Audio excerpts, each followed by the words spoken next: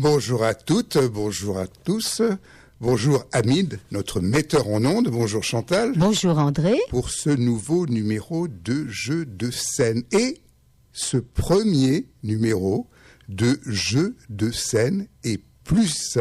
Donc Jeux de scène, toute l'actualité du théâtre, du spectacle vivant sur Radio Soleil. Et puis ensuite, nous aurons droit à un plus, c'est-à-dire des autres scènes, des expositions, des livres, etc. Alors, on recommence par le théâtre. Je vous parlerai de The Walk de Suzanne Kennedy, Marcus Sell, que j'ai vu à l'Odéon aux Ateliers Berthier. Un spectacle de danse, Débandade d'Olivia Granville au Théâtre du Rond-Point.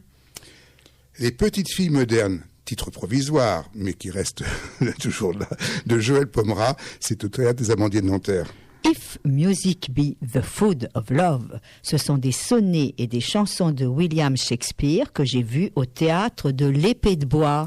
Et puis Les Enfants du Diable de Clémence Baron, mise en scène de Patrick Zard au studio Hébertot. Détail d'un vase grec à figure rouge, c'est une conception de Flavien Bellec, Étienne Blanc, Clémence Bossé et Solal Forte que j'ai vu au Théâtre de l'Athénée. Alors Suzanne Kennedy au Théâtre de l'Odéon, Atelier Berthier, The Walk. Oui, il fallait bien les ateliers Berthier, parce qu'on sait que, justement, si l'Odéon a les ateliers Berthier, c'est pour pouvoir faire des scénographies très particulières, et c'est le cas ici. Alors, c'est un spectacle, déjà, il est en anglais, avec des surtitres, hein, même si Suzanne Kennedy est en Allemagne. Et puis, donc, on commence, alors c'est assez curieux, parce que tous les acteurs sont semblables. Ils ont tous de genre de masques qui font qu'ils sont interchangeables. Et tout ce qui peut, à la rigueur, les changer, c'est de se mettre une veste rouge ou une veste jaune, etc. Et on va avoir dans un premier temps une sorte de concours à qui est-ce qui va pouvoir tenir tel ou tel rôle, etc. Et puis, à un moment donné, on nous dit, eh bien, venez sur scène, vous les spectateurs. Et donc, le quatrième mur s'effondre et on va avoir comme ça un parcours. Alors, c'est là que la scénographie est très importante parce que il y a tout un tas d'espaces. Et si on reste assis à sa place, qui était un peu mon genre, parce que moi ça m'agace pas, mais on voit pas tout. Donc on est obligé quand même d'aller sur scène. En même temps, quand on reste assis, on voit le public. Et on s'aperçoit à quel point on se sert du public pour faire cette pièce. Alors, bon, je peux pas dire que j'ai tout compris, j'ai même pas rien compris du tout, mais c'est pas grave, c'est pas très grave parce que ça raconte ce qui se passe dans la tête d'une personne qui va mourir et tous ses fantasmes et donc tous les jeux qu'elle fait avec la mort, avec la vie, etc., avec même la sexualité à certains moments. Bon, il y a tout ça. Alors il y a des lieux différents, des petites scènes différentes comme ça, et puis il y a l'ensemble aussi. Et donc bon. C'est pas, pour moi c'est quand même bizarre, j'ai un peu de mal mais c'est original. C'est quelque chose quand même que j'avais pas vu avant et que j'ai trouvé assez intéressant. Voilà.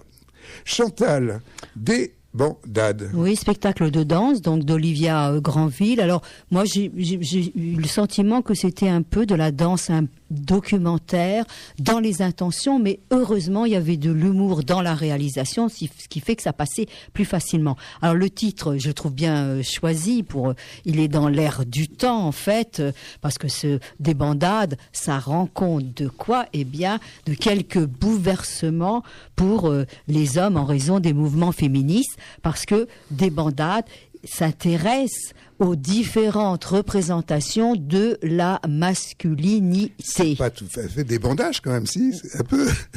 C'est à toi de voir quelques connotations, bien sûr.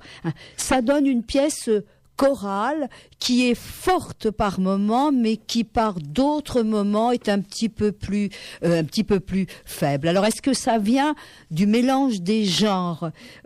Parce que on va avoir un pot pourri autour des stéréotypes de la masculinité. Et alors, il y a quelque chose simplement qui m'a gênée, c'est qu'on a demandé à chaque danseur d'évoquer ses relations à la danse, ses relations avec son père, et ces témoignages, ils sont un peu pris, j'ai envie de dire, à l'état brut. Alors, il m'a manqué là, moi, un auteur dramatique, il m'a manqué une réécriture, et chaque danseur a été filmé, et son image dans une posture figée et projetée. Alors, c'est côté jardin, on entend parfois, alors leurs interventions c'est en direct ou alors c'est enregistré. Donc ça m'a un petit peu gêné cela. Et ces stéréotypes, ils n'étaient pas toujours, de mon point de vue, détournés suffisamment dans la dérision. Par contre, lorsqu'il y avait des mouvements collectifs, des mouvements d'ensemble, c'est là qu'apparaissaient des figures comiques de dérision. Je reconnais que ce spectacle va se bonifier au fur et à mesure, qu'il a un bon rythme, et il y a des séquences de situations mimées avec un fond musical. C'est des chansons extraites de films, de westerns, etc., même de Dark Vador, des chansons populaires. Et je trouve que là, il prend un autre ton et ça va se terminer avec un défilé qui est excellent où chaque danseur récupère ses accessoires vestimentaires, ses godasses, je ne sais pas, sa chemise, son pantalon, mais l'utilise d'une drôle de façon sur son corps et ça crée des figures de Romains, de Grecs et le final aussi, ça renvoie à la partie animale et là, on remarque un danseur grand et maigre qui nous fait la posture du poulet qui se déplace et c'est véritablement bien. Bon, ce spectacle qui est fondé sur des solos et de la chorale, mériterait selon moi d'être resserré pour qu'il ait véritablement son bon rythme. C'était le Théâtre du Rond-Point.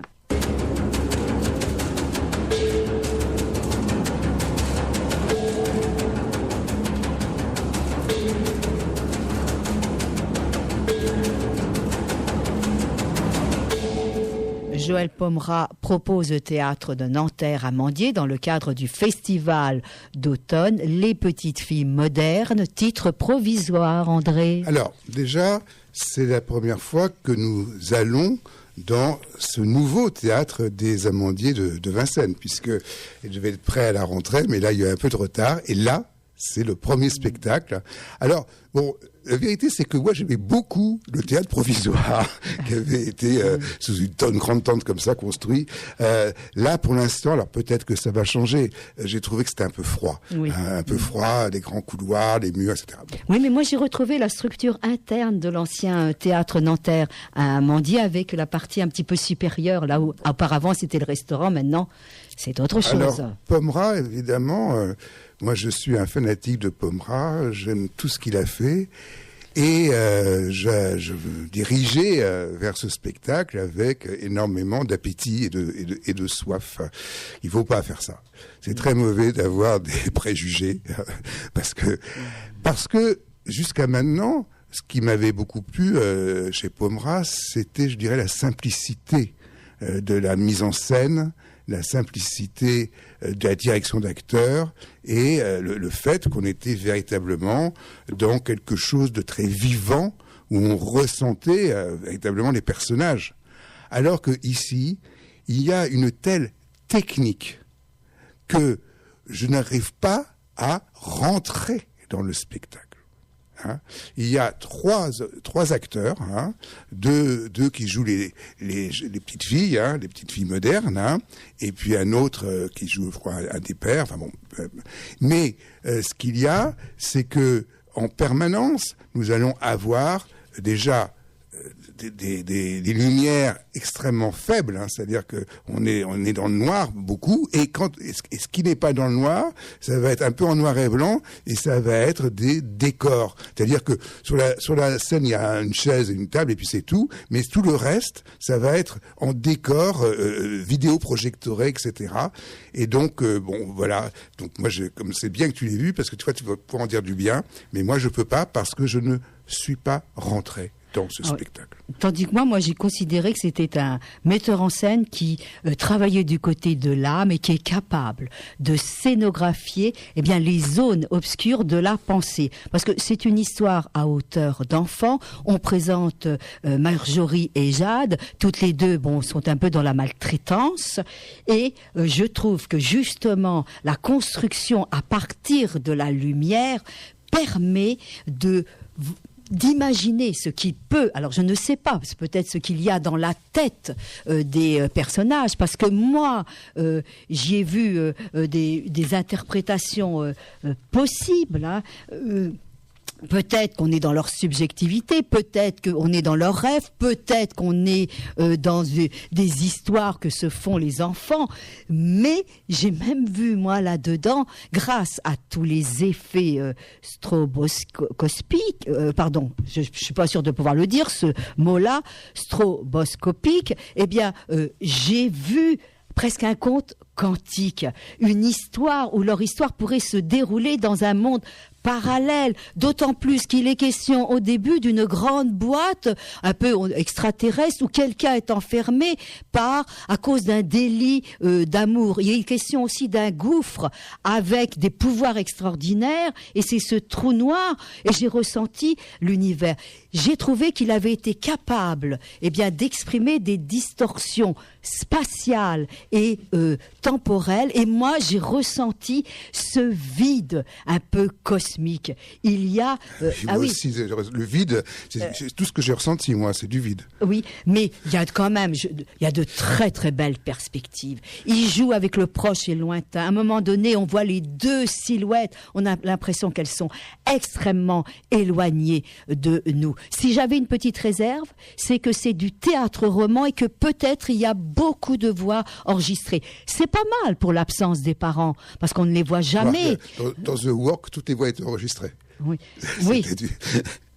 Donc là, mais moi c'est vrai que ces voix enregistrées, d'ailleurs, elles sont pas seulement enregistrées, elles sont travaillées, ce qui fait qu'on n'arrive même pas très bien à comprendre toujours ce qu'elles disent. Oui, tu as peut-être un peu raison sur ce domaine, mais les deux comédiennes principales, Marie Malaquier et Coraline Kerléo, elles ont un jeu un petit peu dans la lignée des contes et légendes, mais en plus naturaliste et en moins irréel. Donc, c'est ça le théâtre. Il y a un spectateur qui est rentré dans le spectacle et l'autre qui est resté dehors. Bon, et tu es rentré dans If Music Be the Food of Love, que tu as vu au théâtre de l'Épée de Bois, des sonnets et des chansons d'un certain William Shakespeare.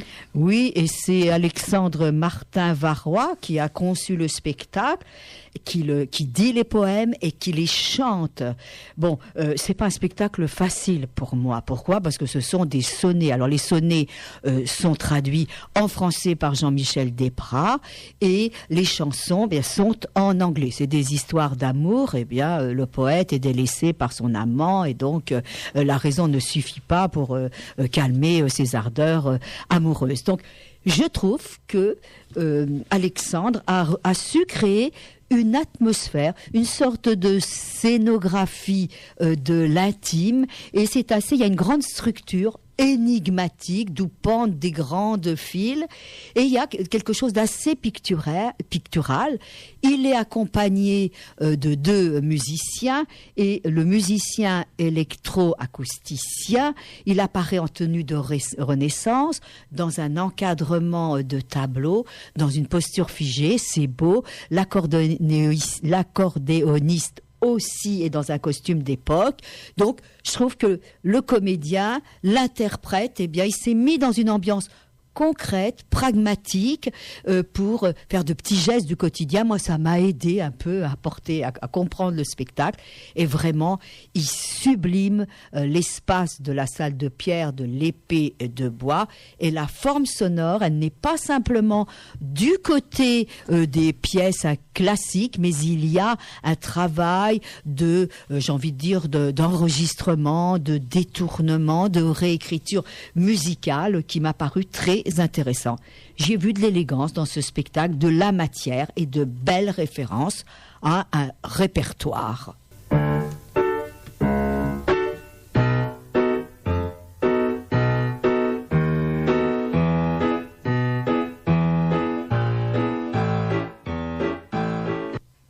au studio Hébertot se donne Les Enfants du Diable.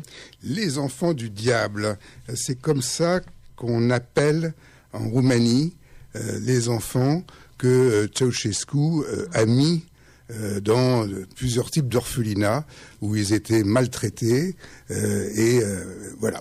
Et donc Clémence Baron qui dédie cela à sa sœur, une sœur qui a été adoptée par ses parents dans sa famille et qui, elle, a connu ces orphelinats de Ceausescu. Donc elle a écrit une pièce, évidemment pas autobiographique, hein, et donc elle imagine que en 2009, hein, après la chute de Ceausescu, à Bucarest, hein, Niki rentre chez lui, excédé d'apprendre que sa sœur, qui est devenue une grande vedette, hein, ne se préoccupe pas plus de sa famille, puisqu'ils ont été séparés étant enfants. Hein, ils étaient trois. Deux qui étaient à peu près en bonne santé et une enfant qui avait des problèmes d'autisme, des problèmes de relation avec les autres. Et donc, les parents voulaient bien en prendre une, ou deux même, mais pas les trois. Et donc, le frère a préféré rester avec sa petite sœur invalide plutôt que de partir avec la grande, et voilà. Donc c'est ces retrouvailles et c'est assez intéressant parce que il y a ces enjeux de savoir ce qu'on doit aux autres. Hein. On a 10 ans, est-ce qu'on va choisir l'espoir, hein, quitte à sacrifier le reste de sa famille, hein, puisque la mère est morte, etc., qui sont promis de rester ensemble. Bon, voilà. Donc moi, j'étais. Alors, je ne veux pas dire que ça marche tout le temps. Je ne veux pas dire que que le spectacle, du point de vue,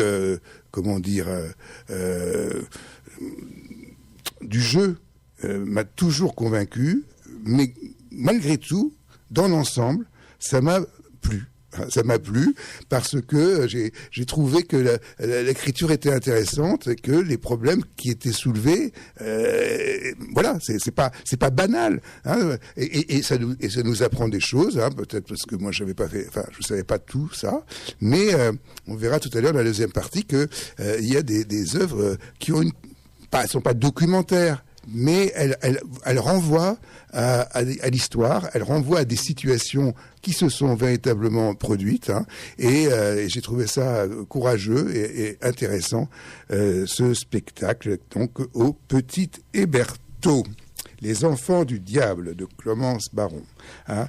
Et Chantal, toi, on va terminer par le détail d'un vase grec à figure rouge. C'est énigmatique. Bah ouais. C'est déjà un jeu d'esprit pour le spectateur qui va chercher des correspondances entre le contenu et puis le titre. Alors, on est en pleine mise en abîme. Hein. Bien sûr, on est dans le théâtre, puisqu'on va nous parler de spectacles ratés, de spectacles qui n'aboutissent pas. C'est Flavien Bellec et Étienne Blanc qui s'inscrivent dans une drôle de démarche qui est la déconstruction de la représentation théâtrale. Alors, c'est un pari audacieux, hein, puisqu'il faut présenter un projet de spectacle qui ne fonctionne pas, sans que nous nous ennuyions. Alors, choisir les défauts, les obstacles comme moteur dramatique, c'est quand même un pari. Bon, ça marche en partie par moment et j'ai beaucoup ri à certains endroits, mais à d'autres, c'était un petit peu plus vide pour moi, cela n'était pas assez rempli. C'est un triptyque. Alors dans une première partie, on va d'abord entendre Flavien Bellec qui va évoquer les différents sujets possibles et rechercher des titres. Alors il y a son compère à l'ordinateur qui nous projette les titres avec beaucoup d'hésitation. Alors ça fait référence à des chefs-d'œuvre et ça veut les détourner. Parfois, ils sont illustrés par un jeu de scène, mais assez minimaliste et parfois même un peu ridicule. Il n'arrête pas de changer de titre, alors c'est par exemple Hamlet Safari, Ulysse Safari, pour enfin arriver à la figure du clown. Là, on sent que c'est... Alors, pour comprendre le titre, que c'est Ulysse qui les inspire, parce que Ulysse serait un anti-héros et il serait celui qui a du mal à revenir chez lui, qui rate son retour. J'ai eu des réserves pour la deuxième partie. Pourquoi ? Parce que c'est une marionnette pour poupée, mais la fin de la séquence, ça fonctionne un peu comme dans les nouvelles. Dans les nouvelles, il y a une chute. Eh bien, la fin va agir comme un coup de théâtre significatif qui donne un autre sens. C'était déjà le cas dans la première partie où on va assister à une crise d'acteurs qui cherchent bien sûr l'absolu dans le théâtre. La troisième partie, c'est plus facile. Pourquoi c'est plus facile ? Parce qu'on retrouve le personnage du théâtre. Donc c'est plus vivant, interprété très bien par Solal Forte, qui est dans un coin de la salle, des spectateurs, sur une chaise. Il est habillé en curé et il a le bouquin d'Ulysse entre les mains. Il est en train de répéter son rôle parce qu'il a un ego surdimensionné et qu'il aimerait réussir une audition. Donc, dans ce spectacle, c'est les différentes chutes qui font rebondir l'intérêt pour le spectateur. Je ne regrette pas du tout l'avoir vu et j'ai même du plaisir à en parler car l'originalité vient de la situation comique puisque ce sont les comédiens, les metteurs en scène eux-mêmes qui se mettent des obstacles pour construire leur spectacle. C'était au théâtre de l'Athénée. Donc, en dehors de ce détail d'un vase grec à figure rouge, je vous ai parlé des enfants du diable au studio Héberto. De If Music Be the Food of Love, sonnet chanson de William Shakespeare au théâtre de l'Épée de Bois. Les petites filles modernes, titre provisoire de Joël Pomera aux Amandiers de Nanterre. Des bandades, c'est une conception chorégraphique d'Olivia Granville au théâtre du Rond-Point. Et puis The Walk, conception de Suzanne Kennedy, Mark-Iris Seg. Donc ça c'est pour la première partie de Jeux de scène et plus, parce que après une pause, on va vous parler d'autres choses. On va vous parler, par exemple, moi, de Fallujah. C'est une bande dessinée, Ma campagne perdue, de Fera Alani et d'Alim. Toi, Chantal, tu vas nous parler d'un roman de 4 jours sans ma mère, de Ramsès Kefi. De Azzedine Alaya et Christian Dior. Que j'ai vu, dont j'ai vu les belles robes et les belles tenues à la Fondation Azzedine Alaya. De la trame de l'existence, c'est une exposition de Magdela Abakanowicz au musée Bourdelle. Et puis un film, 2 films, 3 films, La petite cuisine de Mehdi, Amin Adjina. De la condition de Jérôme Bonnel, L'englouti de Louise Aymon. Voilà, donc on se retrouve dans quelques temps pour ce deuxième partie de Jeux de scène et plus. À tout de suite.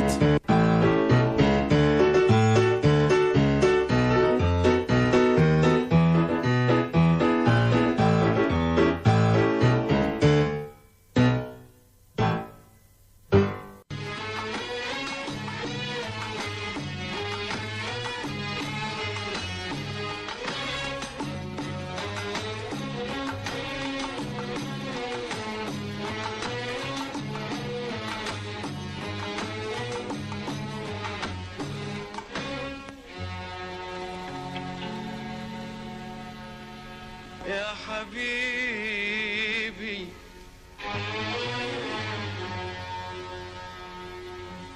يا حبيبي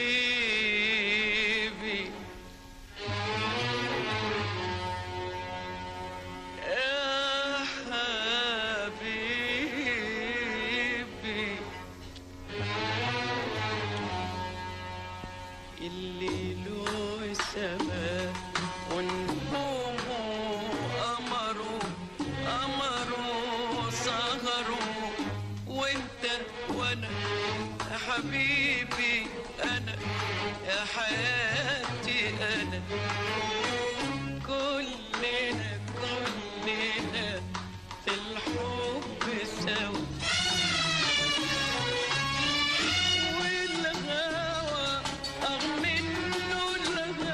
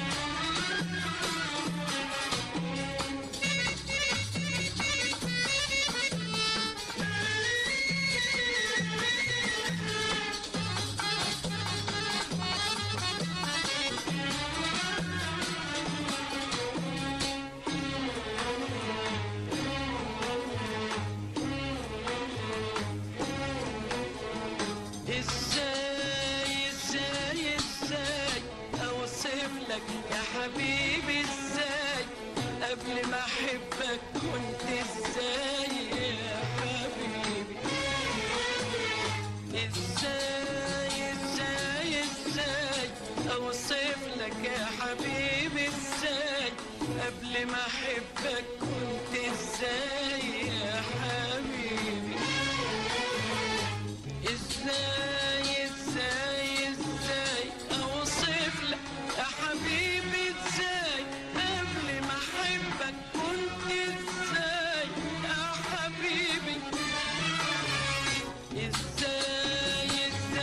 ازاي اوصف لك يا حبيبي ازاي قبل ما احبك كنت ازاي يا حبيبي ازاي اوصف لك يا حبيبي ازاي قبل ما احبك كنت ازاي يا حبيبي كنت ولا امبارح فاكره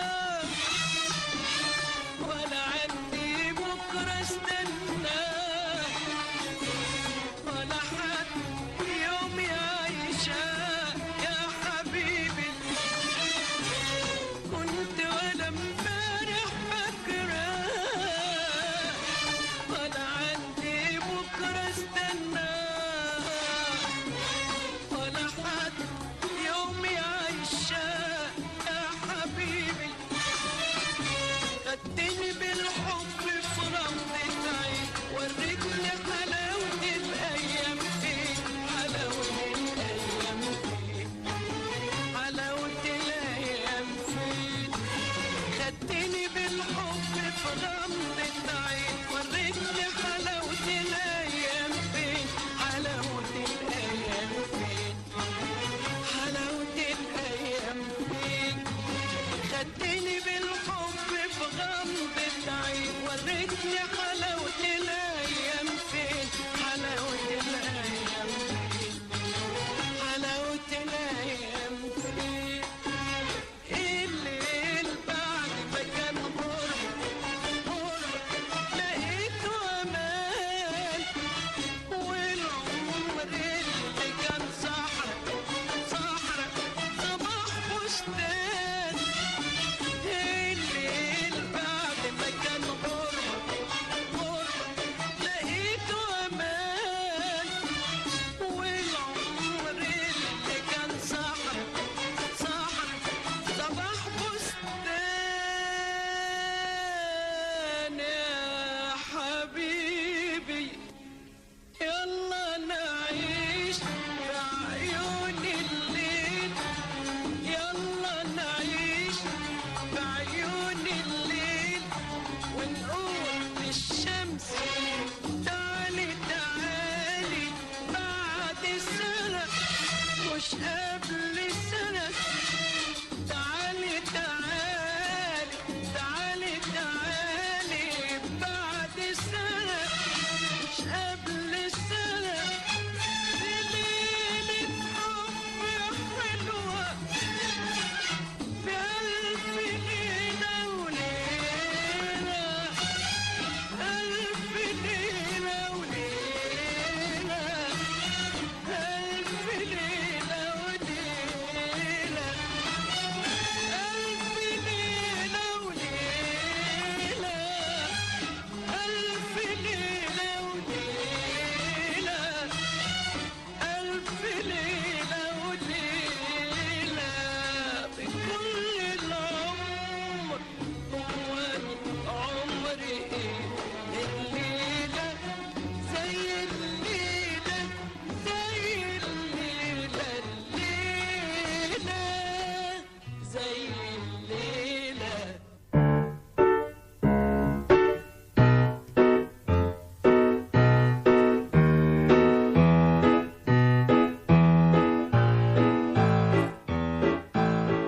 Rebonjour, nous revoilà, après avoir écouté entre autres Fatoum, Kalthoum, les 1001 nuits, sachant que on peut la retrouver à la radio le samedi après-midi et sachant que des belles chansons vous pouvez en entendre dans l'émission d'Hamid, qui est le dimanche à quelle heure, Hamid? À 16h, 15h, dimanche à 15h. Voilà. Et nous, donc, on passe à la deuxième partie de ce jeu de scène et plus. Je vous parlerai de Fallujah, ma campagne perdue, de Ferhat Alani et de Halim. Je vous présenterai un roman, 4 jours sans ma mère, de Ramsas Kefi, aux éditions Philippe Rey. Fondation Azzedine Alaya.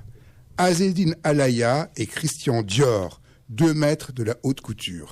Une exposition au musée Bourdelle, La trame de l'existence, de Magdalena Abakanowicz. Alors, Et la petite cuisine de Mehdi, oui, la petite cuisine de Mehdi que j'allais oublier. d'Amin Hadjina, donc c'est un film. Et moi, je vous présenterai 2 films, La condition de Jérôme Bonnel et L'englouti de Louise Aymon, avec Galatea Bellucci comme comédienne, entre autres. Alors, Fallujah, ma campagne perdue, c'est une BD. Oui, c'est une BD, certains appellent ça des romans graphiques. Bon, en tout cas, ici, Ferhat Alani, c'est pas non plus quelqu'un qui a l'habitude de faire des BD. Contrairement à Halim qui l'illustre, lui, c'est un journaliste. Hein. C'est un journaliste, il est né en France, mais de parents irakiens. Et s'il s'appelle Ferhat, c'est à cause de l'Euphrate. Parce que l'Euphrate qui passe à Fallujah s'appelle Ferhat. L'Euphrate. Et donc, on peut imaginer ce que ça lui fait, les événements de 2004. Parce que, vraiment, il était en 2019 dans sa famille, avec ses oncles, à Fallujah.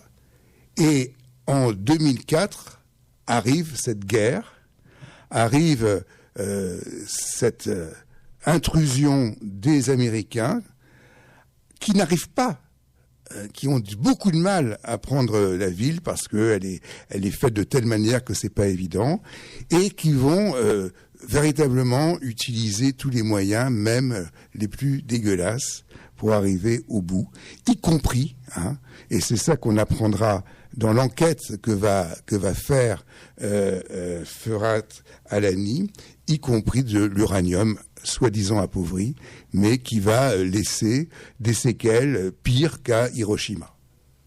Donc voilà.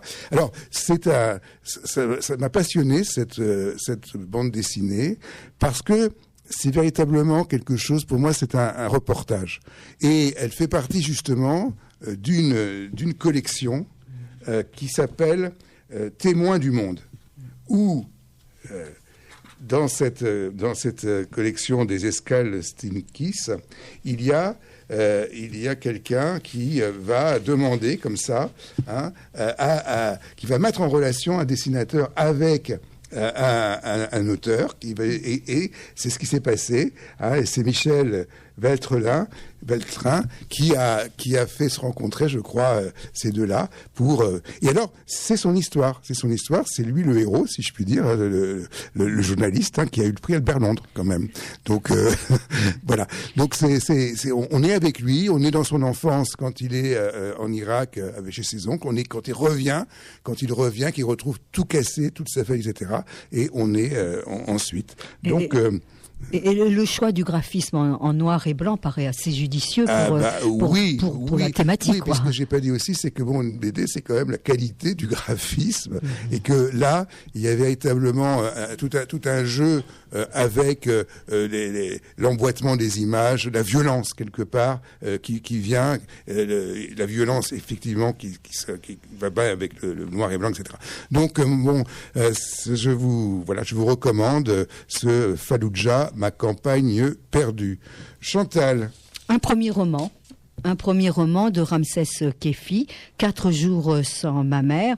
Bon, écoutez, à lire si vous avez envie d'une tendresse, de tendresse intelligente, de bienveillance et d'un autre regard sur la banlieue, parce que la banlieue, elle est traitée sans misérabilisme, avec beaucoup d'humour. C'est l'histoire de Selman, qui a 36 ans, qui vit encore avec ses parents dans cette banlieue fictive appelée La Caverne. Il y a 7 tours. Et pourquoi on l'appelle La Caverne?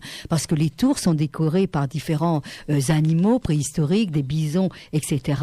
Lui, qui a été un bon élève, qui a un master d'histoire ancienne, eh bien, il travaille dans un fast-food, dans le sushi Tajin, et il traîne avec ses copains, avec notamment Charlie, sur le parking. Mais voilà que, dans cette famille, Amani, la mère, l'épouse, femme de ménage à la retraite, eh bien, va disparaître, fugue, et elle laisse un petit mot: je dois partir, vraiment, mais je reviendrai, tu comprendras, je t'aime, à bientôt, fils, avec la date 23 novembre 2020. C'est la cata, c'est le drame pour le père et le fils.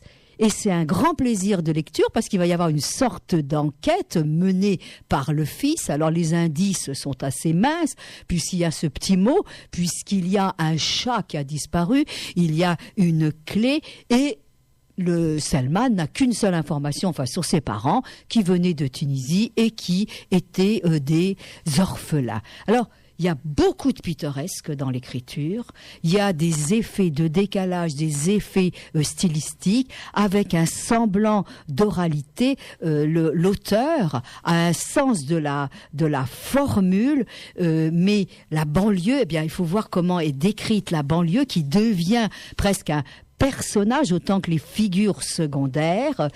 C'est une lecture, j'ose dire, assez facile, mais attention, derrière cette légèreté, derrière cette fantaisie et cet humour, eh bien, il y a une certaine densité des problématiques, des questionnements universels sur le droit de savoir d'où l'on vient, sur le droit de la transmission. Pourquoi cette famille, eh bien, immigrée, fortement intégrée, n'a pas transmis quelque chose, mais comme je le dis, tout ça, c'est en sous-bassement, c'est implicite.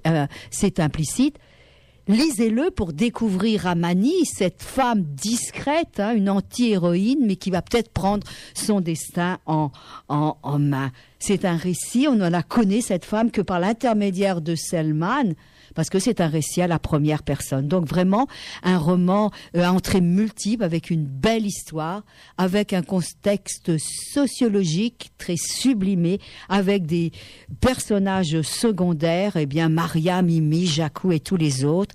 Et comme dans le conte, il y a une révélation, il y a une transformation. Donc vous pouvez le trouver dans vos bibliothèques aussi respectives. C'est 4 jours sans ma mère de Ramsès Kefi.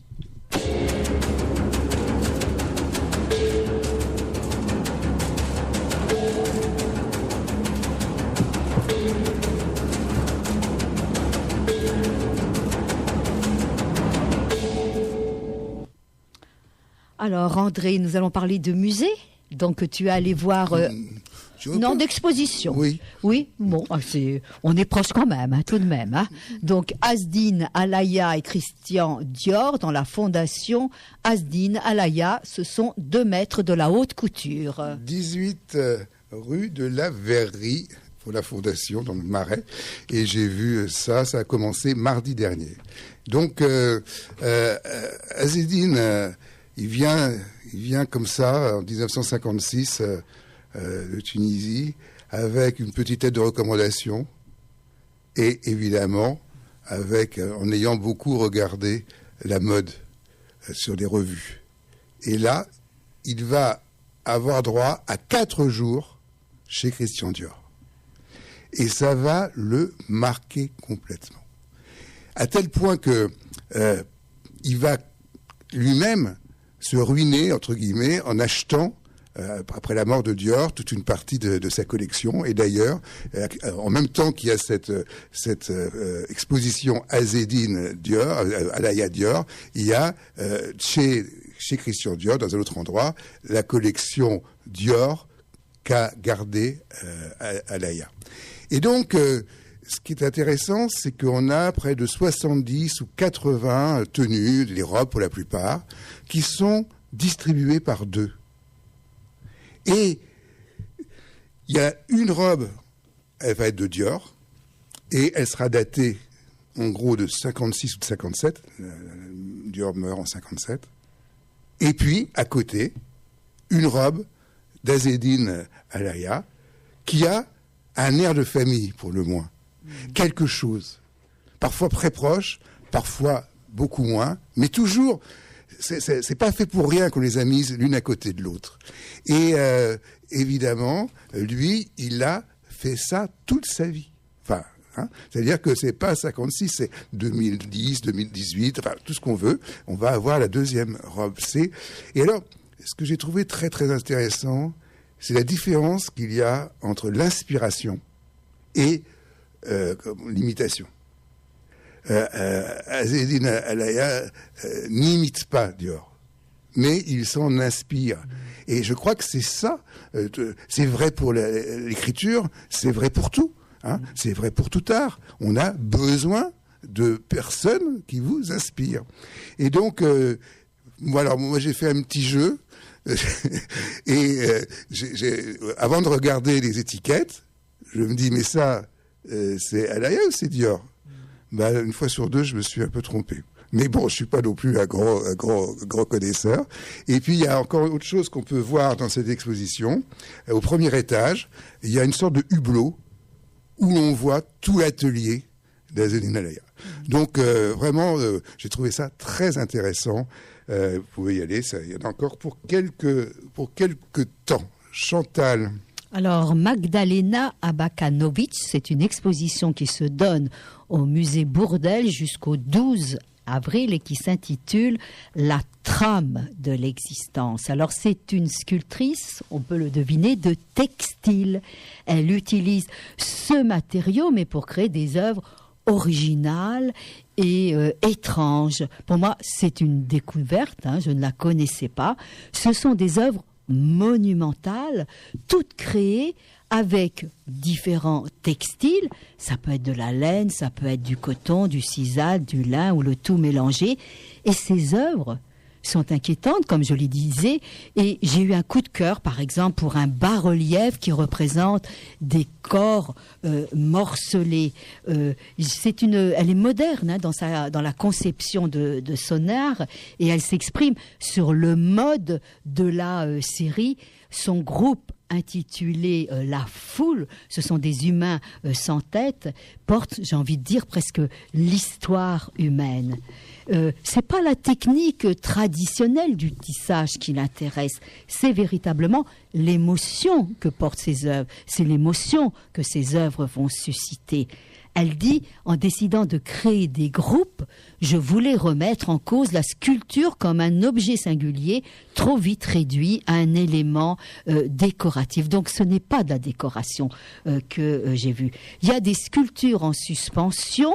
Alors, j'ai lu quelque part qu'elle aurait voulu que cela soit animé, que l'on puisse circuler au milieu de ces sculptures. Malheureusement, les conservateurs vont en décider autrement parce que il faut préserver quand même l'œuvre. Donc là, j'ai vu avec cette exposition, les différentes possibilités de fibres et d'utilisation de la fibre. Et sa vision, c'est d'abord sur le corps, mais ça va s'étendre aussi à la représentation de paysages. C'est au musée Bourdelle. Vous pouvez aussi, à la faveur de cette exposition, aller voir le musée, la galerie, les jardins, où vous verrez les bronzes d'Antoine Bourdelle, parce que là se situait son atelier de travail. Ça se donne donc, comme je viens de le dire, jusqu'au 12 avril.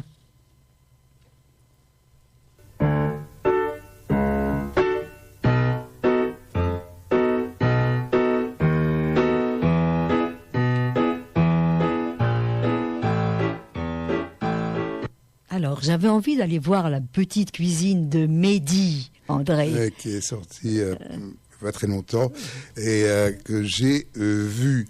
Alors, la petite cuisine de Mehdi, c'est l'histoire familiale. Hein.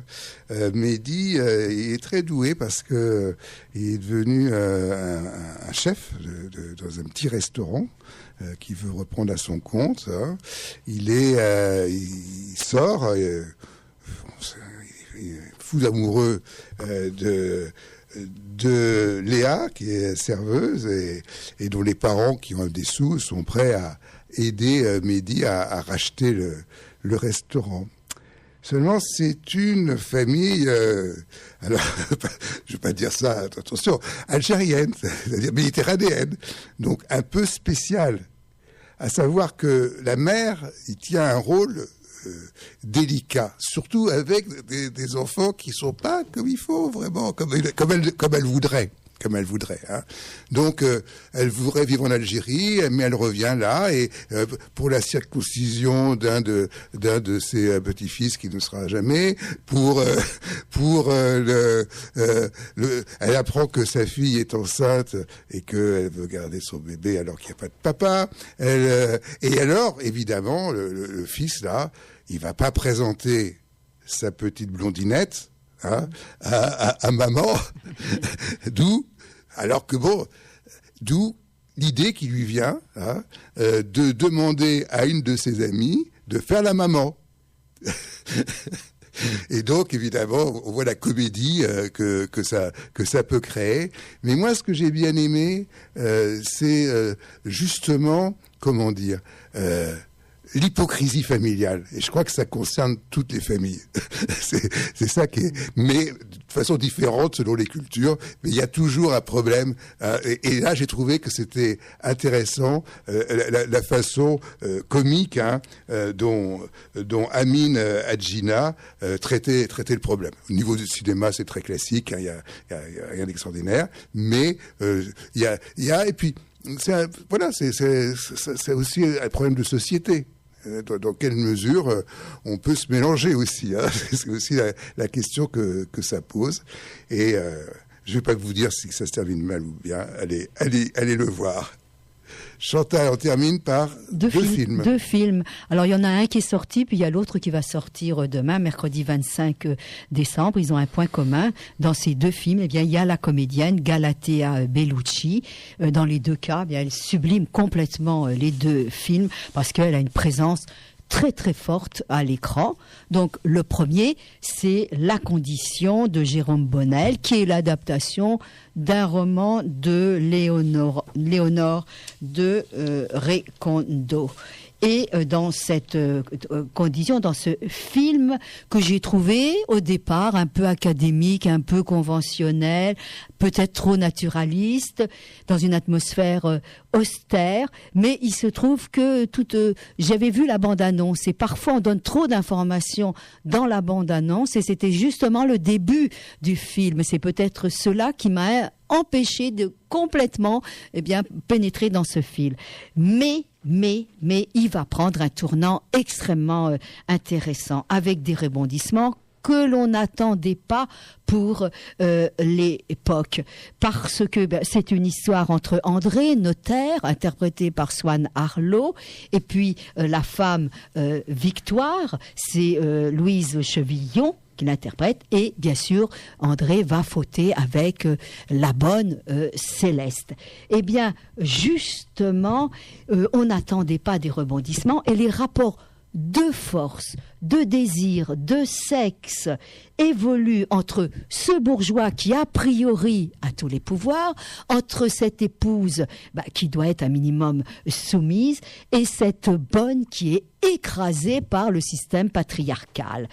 C'est filmé en clair-obscur, c'est très beau, et bien c'est ce qu'on va retrouver dans le deuxième film, dans L'Englouti. Et là, Galatea Bellucci, elle joue une institutrice de la Troisième République. Elle va dans un village dans les Alpes et elle va elle qui est cartésienne, qui est du côté du savoir, elle est confrontée à quoi?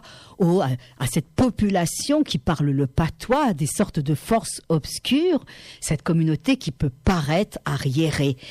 Et en fait, eh bien, cette femme, cette jeune aimée, elle va aussi connaître, elle va découvrir, eh bien, son corps, ses désirs, ses plaisirs féminins. Et ça, c'est extrêmement intéressant. Et le film est très beau parce qu'il est filmé à la bougie. Alors, juste un petit conseil de spectateur. Mettez-vous dans les premiers rangs, parce que parfois on peut avoir du mal à différencier. Non, on peut avoir, oui, mais que j'aime parce qu'il y a une atmosphère. Bien, grâce à la comédienne, grâce à son jeu très intériorisé, mais elle est très expressif. Donc, il y a un point commun entre ces deux films, c'est qu'il y a quelque chose de très contemporain dans ces deux films avec des personnages d'époque. Donc, l'englouti et la condition. Je vous ai parlé également de la petite cuisine de Mehdi, d'Amin Hadjina. De la trame de l'existence, exposition des œuvres de Magdalena Abakanowicz au musée Bourdelle. D'Azzedine Alaya et Christian Dior, 2 maîtres de la haute couture à la fondation Azzedine Alaya. Et un premier roman extrêmement intéressant, extrêmement séduisant, 4 jours sans ma mère de Ramsès Kefi aux éditions Philippe Rey. Et puis une BD à la fois autobiographique, de reportage sur Fallujah, la ville martyre. C'est Ferhat Alani et Halim qui ont créé cette BD. Et voilà, donc voilà, c'était le plus de jeux de scène. Et on se retrouve bien en direct le mardi pour d'autres épisodes de jeux de scène et plus. Au revoir.